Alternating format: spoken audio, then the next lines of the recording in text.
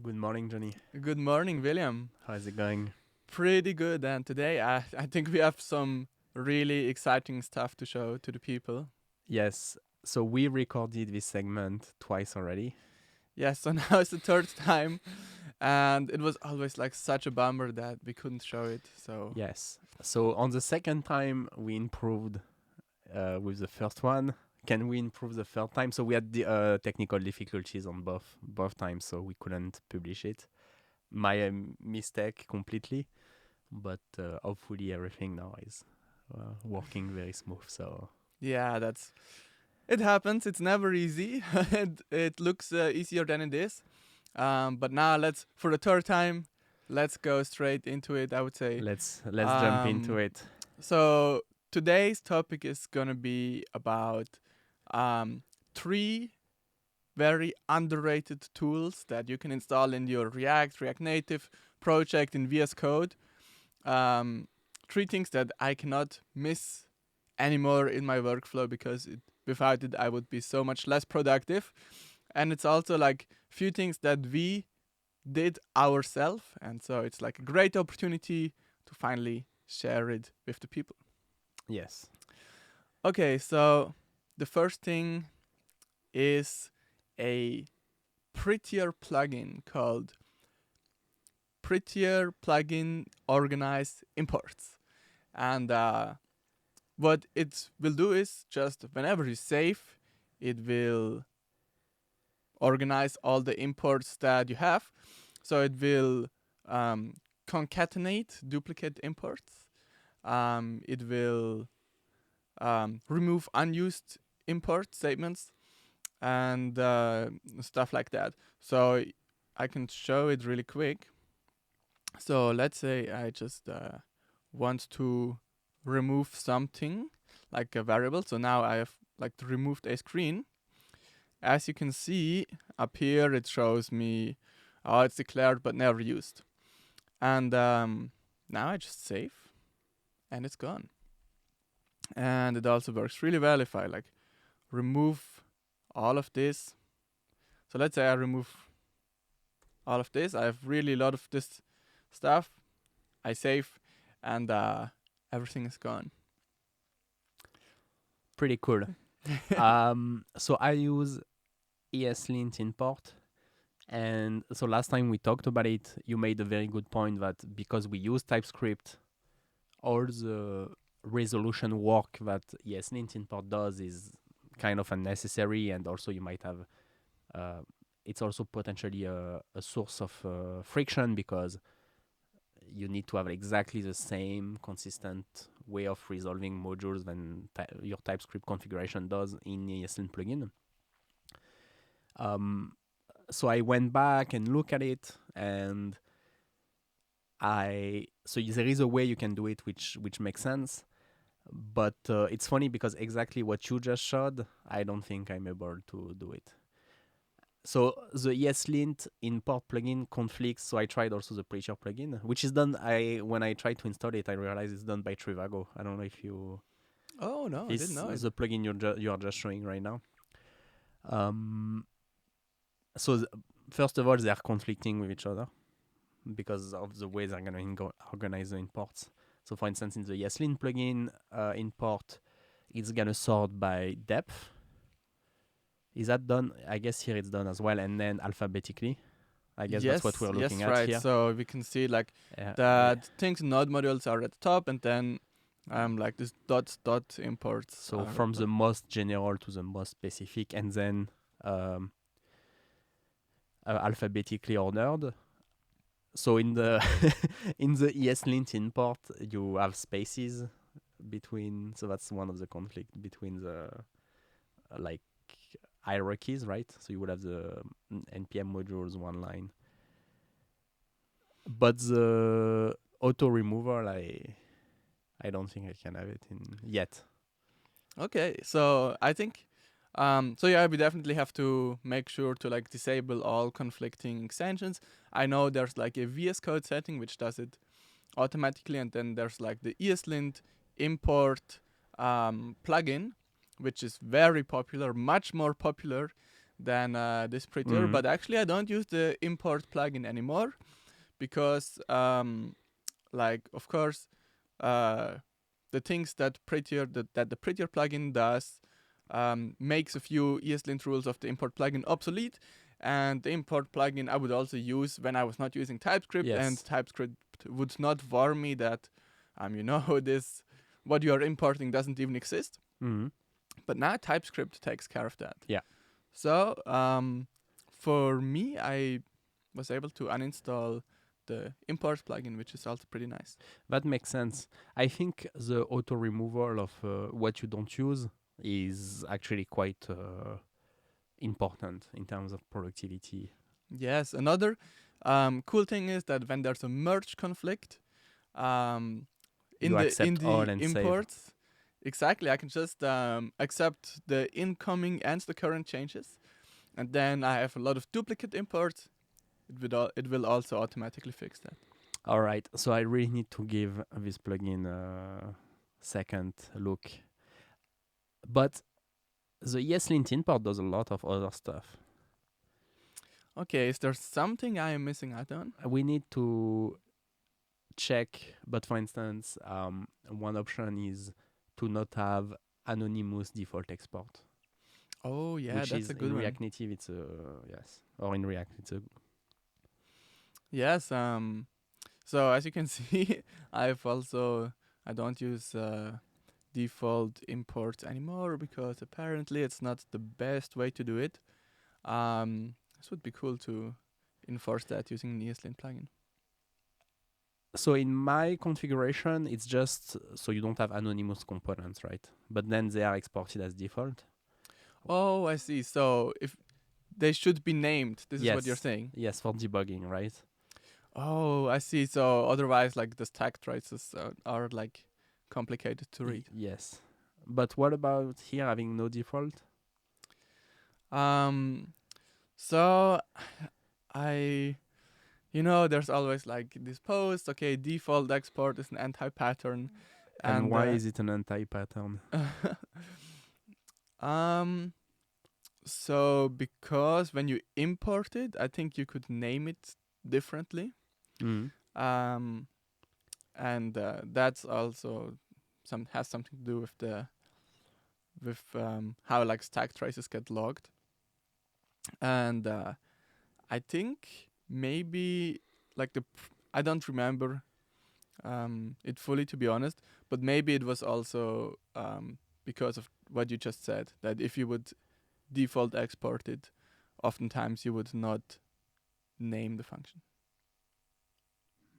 All right, okay. So I don't remember that exactly, but okay. So um, it's like whatever you want, you can have the tools in your tool chain, or if you don't need them, you can disable them.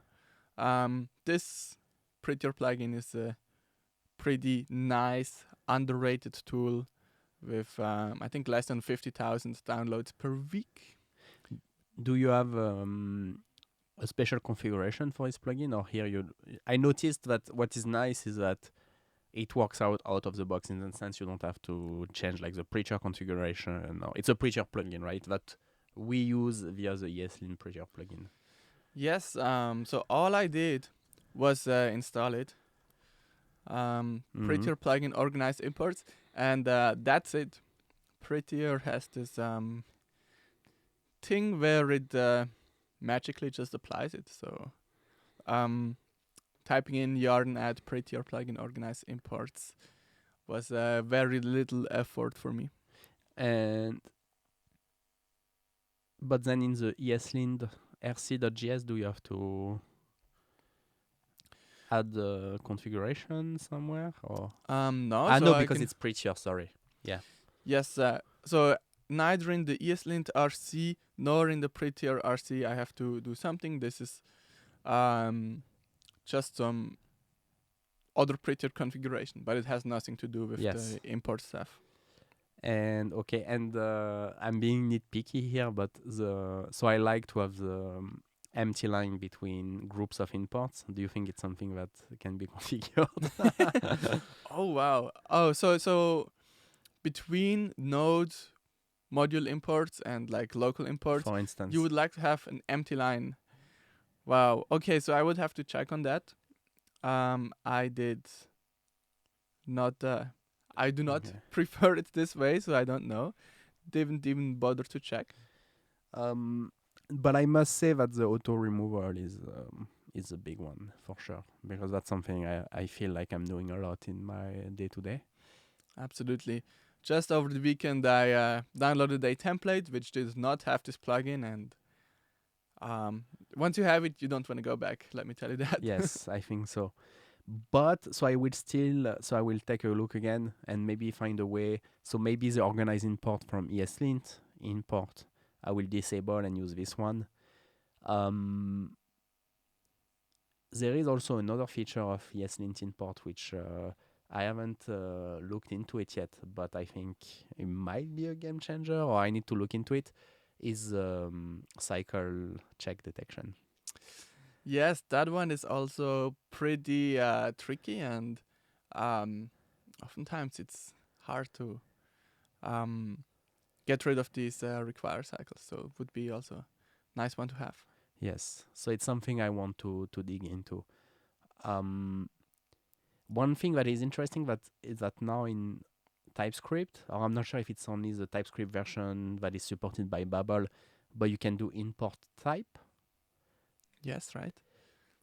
which to me, I need to look into it. It's a bit strange because if you import, let's say, a class and you use it only as a type within the file, it should be, you could detect it automatically without, doing import type. Or if you import a type, you're importing a type. Yeah, what's also like used to be pretty popular is that like you can have like a real JavaScript symbol and the type have the same name, and then when you import it using a normal import, you get both. So you can have the component and the type name, and with the newer versions of the TypeScript ESLint, it will now report that wow, you have already defined this, or like this is both a type and a symbol. So I think it's cool that they are now making the developers more aware of it, and the import type syntax. I also think it's nice because you can um, only import a type and not worry about any runtime code at all. Yes. Yeah, absolutely. So yeah, because is it fair to say that if we look at cycle checks, we are only interested in the runtime, the cycles that will happen at runtime, kind of. Absolutely. I think if you import just a type, then you can potentially avoid require cycles. Yes. And I am so clueless yet, but also is it so if you do import type, oh no, I guess if you use import type, then it's really ignored by Babel, I would assume, right? It's not in part of the bundle. Yes. Perfect. It's nothing in the bundle, nothing to worry about at the runtime. Can be a performance Could be, right? optimization, but if it really makes a difference, then maybe it was not a good idea in the first place to have put types and components in the same file. Okay, and that's why here you need a keyword, because it's not TypeScript who deals with it. It's really Babel. Yes. So and Babel, okay, Babel just ignore types annotations and will ignore the type imports. Absolutely. Okay, that starts to make sense. Yeah, I really want to play with this, and I'll definitely explore this further. Okay, so the second thing, the second tool that we want to showcase, you probably won't have to have a look at afterwards because because you did the plugin, and so like initially Yes. on this show, I wanted to show a TypeScript plugin or a TypeScript tool called TS unused exports. And afterwards, you've blown my mind by converting it into an ESLint plugin. But let me quickly show what I initially wanted to show you Let's do before it. you have massively improved it. Okay, so like before, we just remove some things, and the Prettier plugin takes care of that. But now, if I run npm test, you can see that I have a script here called ts unused export, same name on npm. You just pass in the ts config.json, and now what it tells me is that although it's not imported everywhere, that these symbols are somewhere in my code and I don't use them. So that I can, without any worries, just delete the whole file and then slowly get rid of all the symbols that I don't use. So since I removed this, now I have even more matches because I deleted even more code, and I could slowly delete all my code if I were not to use it anymore. It really shows the power of TypeScript. So TypeScript gives you unused variables, unused imports, unused everything. But as soon as you add export to it, then it's anyone's guess if it's used or not. And this is the last step to remove dead code. Kind of, it's amazing. Absolutely. So this extension is super underground on npm. Yes. So the vast majority of people don't use it, which Isn't that means crazy? that they will get no recognition that if they have. So everybody has recognition for, oh, this is an unused variable or this is an unused import, but it's not complete. Yes. If you have something in a separate file, and as soon as you add the export keyword, It's over. all the detection is broken, and this plugin completely fixes that. Fantastic. So when you showed it to me, I was like, this is a game changer. This is one of the last frontier in eliminating dead code. But then, so because it was run as a command line, and then you want maybe to do so, sometimes it reports. There are some things you want to ignore. For instance, maybe it's export app, which is because the way it's used is hidden, right?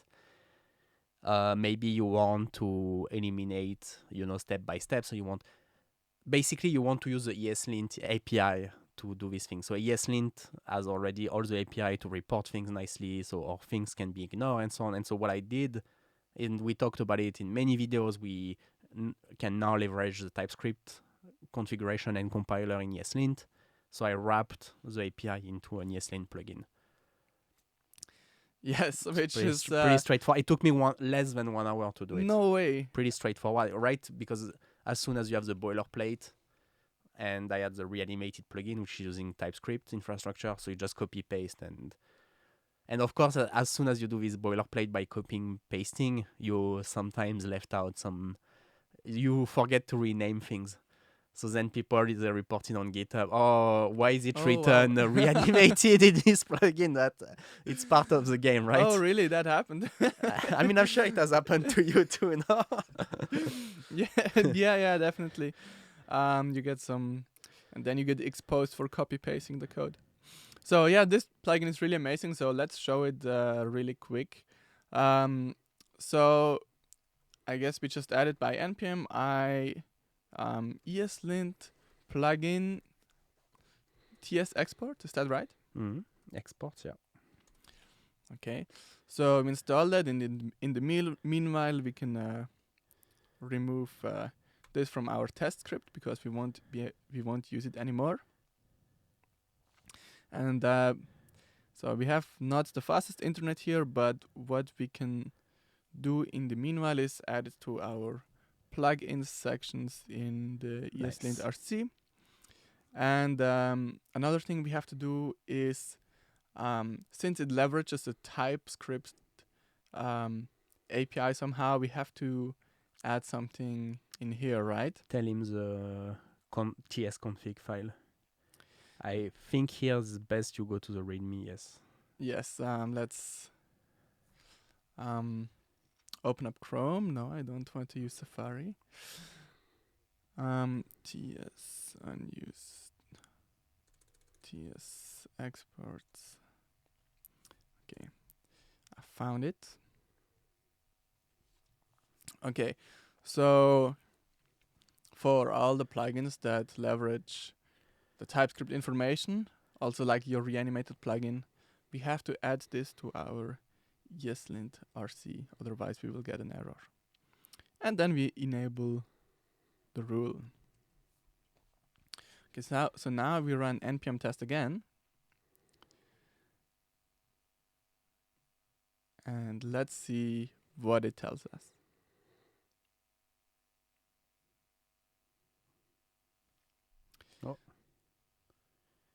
Oh, so okay, that's a TypeScript error. Yes. Let me just this is because I was messing with the code. Yeah. So let me just where is it? Maybe I can do npm run lint. Oh, but now I don't have any removed variables, so it will not trigger. So let me remove something.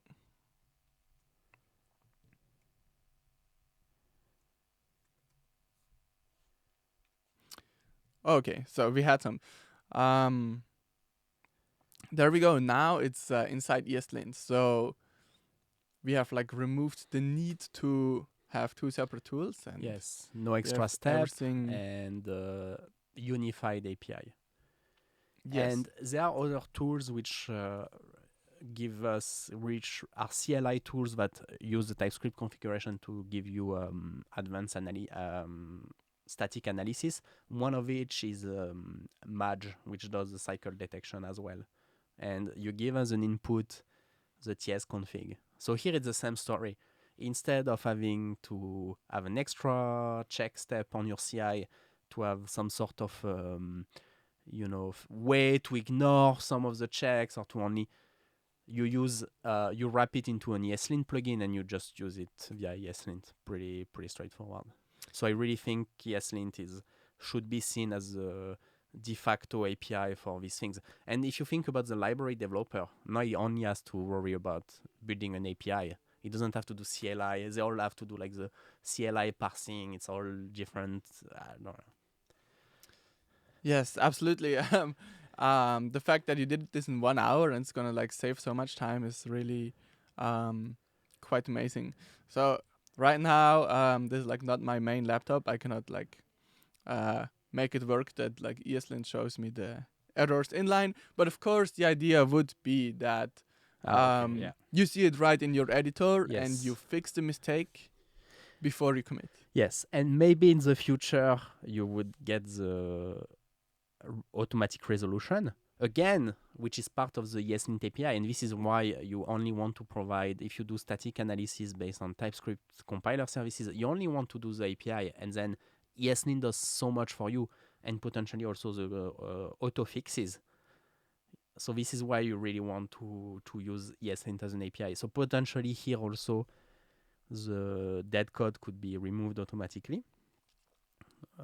It's not necessarily what you always want to do when you detect such problems, but and then another thing I'm thinking maybe in the future would be nice is to detect if the export is only done in tests. Yes, to have like some more intelligence, like eliminate possible false positives. Yes. Have some configuration to do that would also be nice. Over the weekend, I noticed a new edge case. So I installed the plugin, of course, in all my projects, or like added it to my ESLint config, and then like I use this Next.js template. And what Next.js does is you just have to default export a component, and then that's your page. But you don't use it anywhere. Yes. Next.js only uses it internally. A bit like when you do export app or... Yes. But then it's for every single every single page. Okay. So yeah, that's actually pretty non-standard, strange behavior in Next.js and pretty unique. So I just disabled the rule there, which ESLint out of the box makes really easy to enable and disable specific rules. But for something like this, my app, this is absolutely perfect.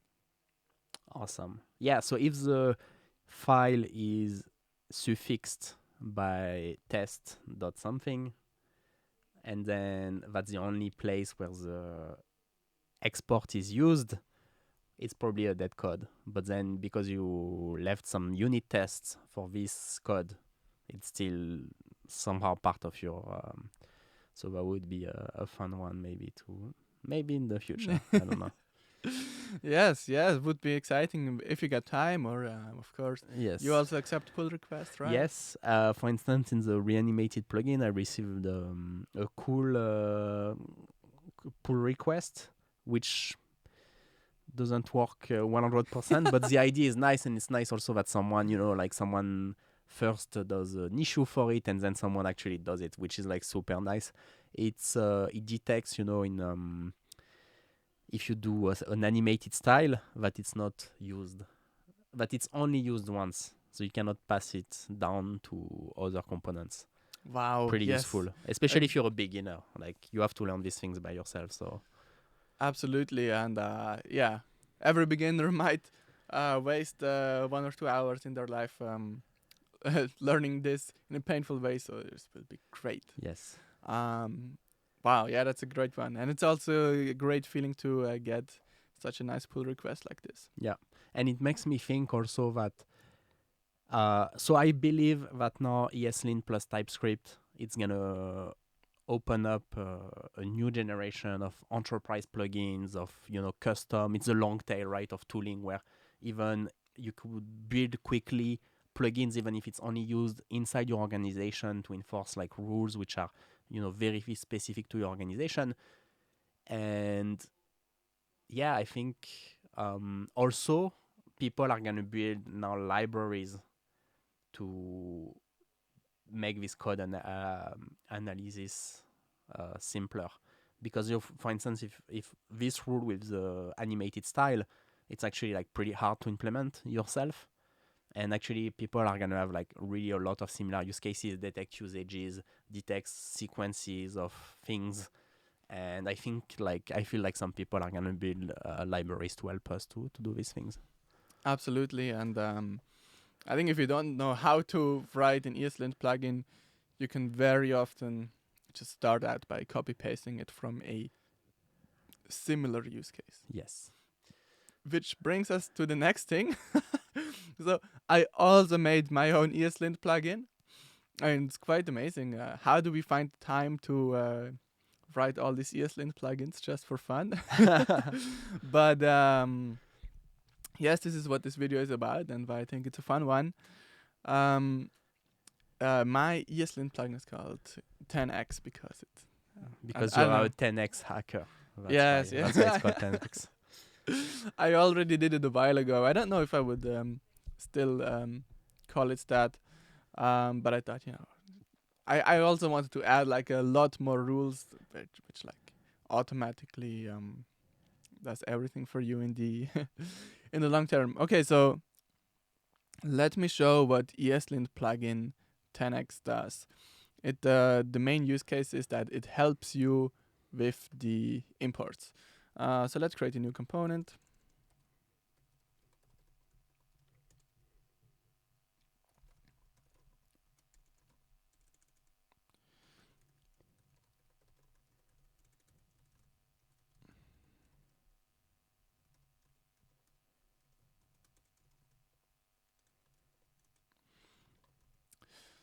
Okay, so now let's introduce like a state. Oops.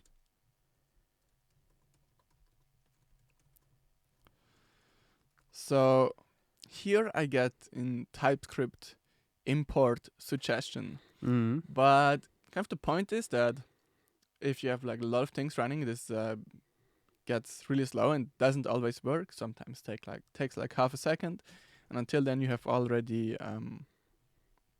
written. Also, let's make this valid syntax. And the idea is that I can just save, and Nice. it imports it for me. So it's useful for when the TypeScript autocompletion doesn't work, or if you're just copy pasting some lines of code from another component, then it will not automatically import it. Yes, you have to do them one by one. Absolutely, and it also works with use memo. If I do this, then it will add 2 import statements, and the Prettier plugin, which we showed before, will combine it into one import. Yes. Really working nicely together. Yeah, that's the basic idea. And how big is your database, quote unquote? Because these are resolved directly, right? Yes, so of course you don't want to like create like an opinionated database. Maybe you use Preact, and use state is how you import. Yes. You want it to import from Preact. So how it works is you have to define your own Or whitelist. maybe you don't use reanimated, and animated is from React Native. Yes, true. So I have aliased animated to always import from reanimated, but I mean this is where people use cases differ, and I want to make this plugin as generic as possible, because I think that's a good thing. So let me first show you how you can use it. This is my ESLint config. So first you have to install Prettier, ESLint plugin 10x, which by the way I had to contact npm for this name, because Yes. like it's like a blacklisted word. Yes. So how did you? Yeah. So how did you manage at the end? I just tried to publish my plugin, ESLint plugin 10x. It's blacklisted because of the digit, right, at the beginning. No, I think it's I think npm thinks that like if you say 10x hacker, it's like trolling or something. And then they blacklisted all packages which contain 10x. No way. Pretty strange. I mean, What? but I mean, I wasn't trolling at all. I thought, no, this you are will serious about your 10x productivity. I know, you're not trolling. So then What? I Okay. emailed them. Okay, and yeah, sorry. And they gave it to me. Oh, all right. They saw you need the 10x certificate, and they saw that you were serious about 10xing, so they gave it to you. Okay, yeah. Absolutely. So you can see a few other rules in here. React in scope, this I disabled because you don't need to import React anymore. And then here's the 10x auto import. You don't need to import React anymore. Really? How? I'm not. I still need to import React. So it hasn't like landed in React Native yet. Ah, okay. Sorry. Yeah, it's in React Web. Okay. Okay. Yeah, the future is going to be that you will not have to import it. And then you specify in the options of the ESLint rule a whitelist. Here I have just outsourced it into a separate file, and this is my whitelist. So pretty small, we have actually. Maybe I could add more things. But as you can see, we have use state, use effect, fragment, some Node.js modules. Yes, the one which are nice is when it's default import. Yes. Because here it's not like some name symbol that can be resolved. I often do like path.join. Yes. And if you write path.join, then the autocomplete is less reliable. Then I think it will not automatically import it. Yes. Indeed. I just remembered there's another rule in this plugin that I can show you. No full import. So this thing, you are trying to import let's say sort by from Lodash, and that's something you're not supposed to do, because then you are actually importing 100 functions. I need to use it somewhere, otherwise it will remove it. Cool. Okay, so this is not Yeah. valid, but I think everybody gets the point. So I save it, Nice. and it has automatically converted it. This one has like an internal whitelist that you cannot configure, but it works with Lodash, date functions, and polished, which is a color manipulation function library. Polished. Okay. Polished.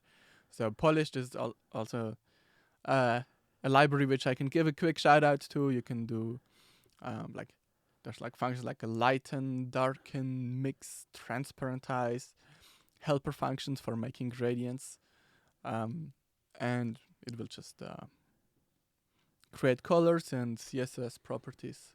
All right. Can be pretty useful. Sounds interesting.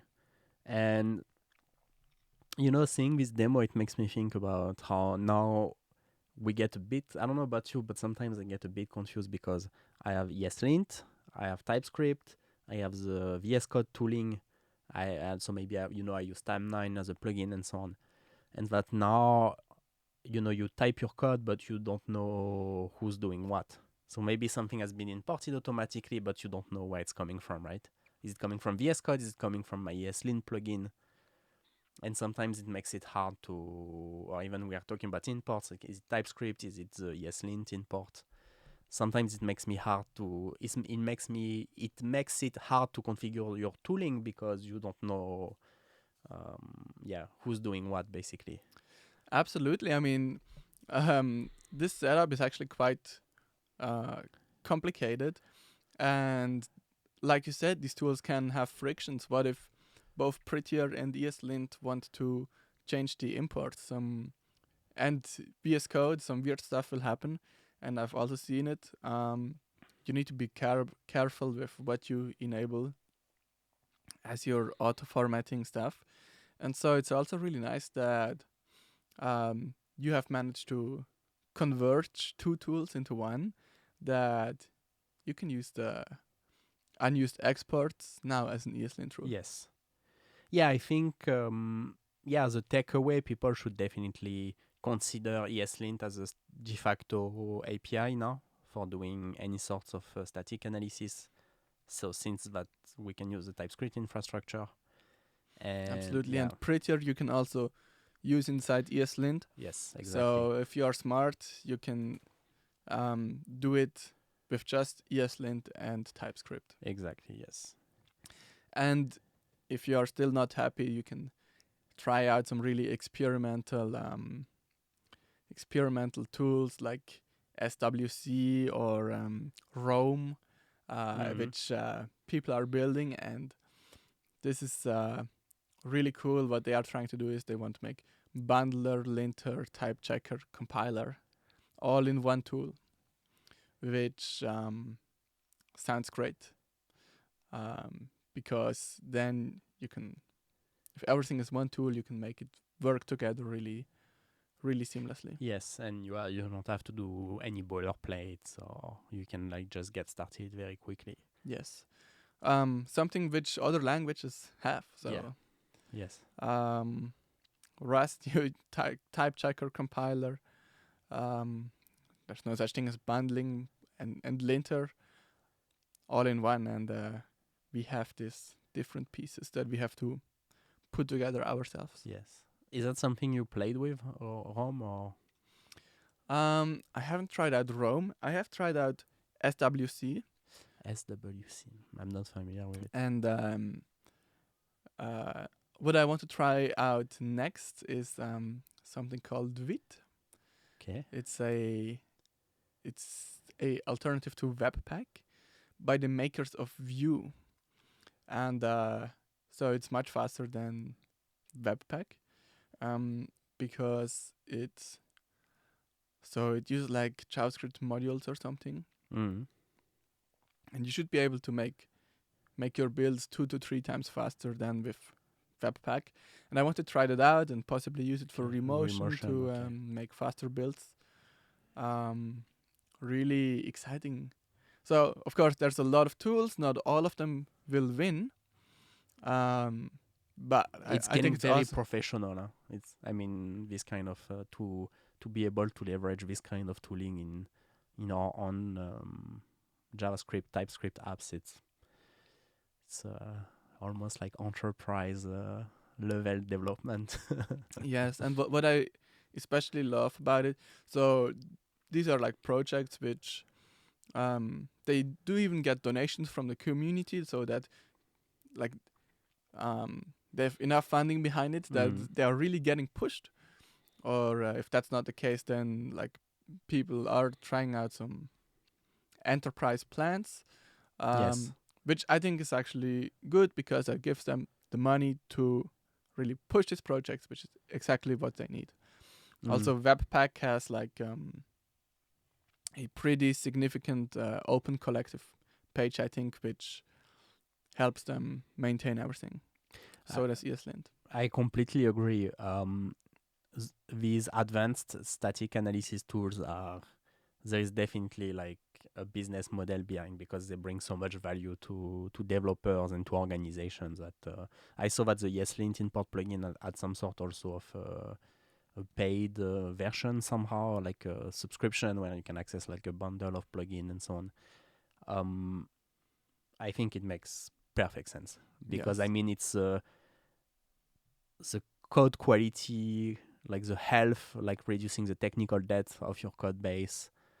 There is so much value into it, and you can be so sophisticated about it that I think it makes complete sense that there is a business model behind.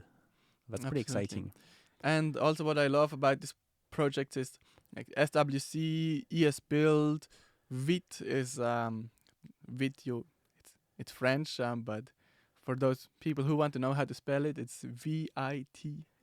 Ah, Um, Vite. yeah. Ah, So maybe so fast. yes, Okay, schnell. Okay.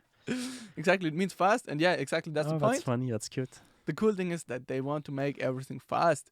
Everything is still too slow, and Everything is too slow. so we have many horses.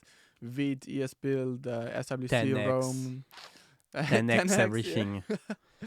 Hopefully they will like make us all 10x programmers by Yes. default if just our build tools are faster. Well, and thank you for sharing your secrets with us. To maybe we can try to reach your level of productivity. So Yes, I hope somebody finds it helpful. Also, thanks for making this TS unused exports plugin into ESLint. I am using it from now. I've already started using it since last week. It works very well. It's gonna make us all. It's gonna make me, all my colleagues, and hopefully the broader community much more productive. awesome.